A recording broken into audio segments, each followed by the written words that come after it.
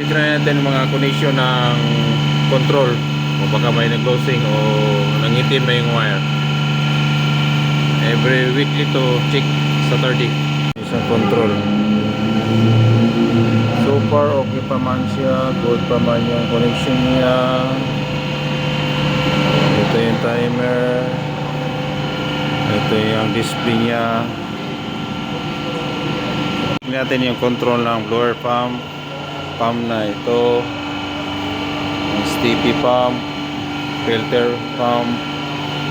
Yung control niya. Check natin one by one.